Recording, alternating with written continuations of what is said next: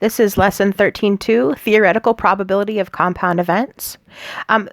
So in lesson 13.1, I mentioned that we could think about the sample space in three ways: as a list, a table, or a tree diagram. And we're going to review the lists and then look at the table option today. So we have a spinner right here, and it's labeled A, Q, and W, and they want us to find the sample space. So I'm going to look for the situation here that just has the A, the Q, and the W all listed, but only listed once. And right here, the first one, A, W, and Q, there's everybody listed. That would be the correct answer. Looking over here, Emelina goes to the ice cream shop at the mall every day. The table below lists the flavors she has to choose from for her daily ice cream cone. So they've got banana, pudding, coffee, strawberry, rocky road, butter pecan, cookies, and cream. Delicious. Which answer lists all of Emelina's outcomes if she can choose only one flavor per day? So this is just another way to say list the sample space. And there are 6 choices. So I want to make sure that I have something that has 6 choices. 1, 2, 3, 4, 5. Nope, that's 3.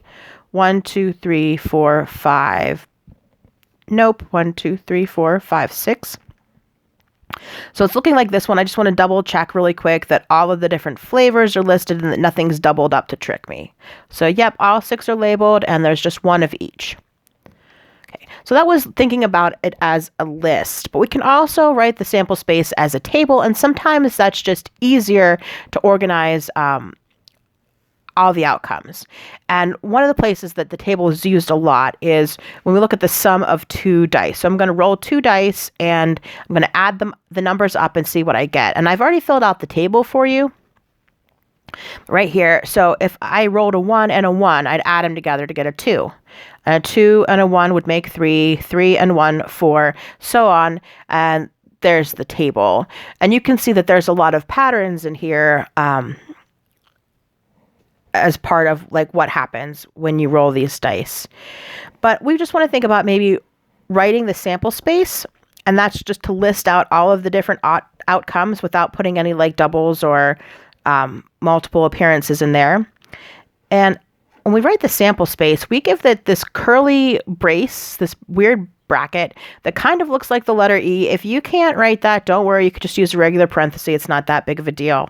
So I'm just going to list 2, 3, 4, 5, 6, 7, 8, 9, 10, 11, and 12. And then I'm going to finish it up with a curly brace that goes the other way. So these are all of the outcomes that happen when you roll 2 dice and add them up. We can look at the probabilities of different things. This got cut off a little bit here. This is the probability of an odd sum. So I just want to count up all of the times that I see an odd number. 1, 2, 3, 4, 5. So if I went down and through there to do that, I would see that there were 18 out of the 36 total numbers in the boxes were odd, and that is 1/2. And that makes sense, odd and even, half and half. So another thing we can look at is the sum less than 2. Well, 2 is the smallest number here. I'm never going to be able to roll 2 dice, add them up, and get anything less than 2. So this is an impossible event. Probability of 0 chance happening. The probability of a sum greater than 9.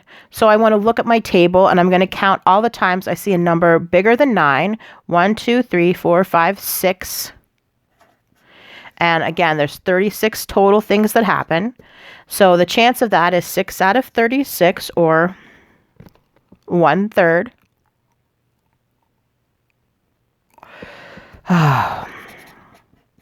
1/6, sorry about that. And then the probability of a sum of 7. So I'm going to look down the list to see how many times I get a sum of 7. 1, 2, 3, 4, 5, 6. So 6 out of 36 again, or 1/6.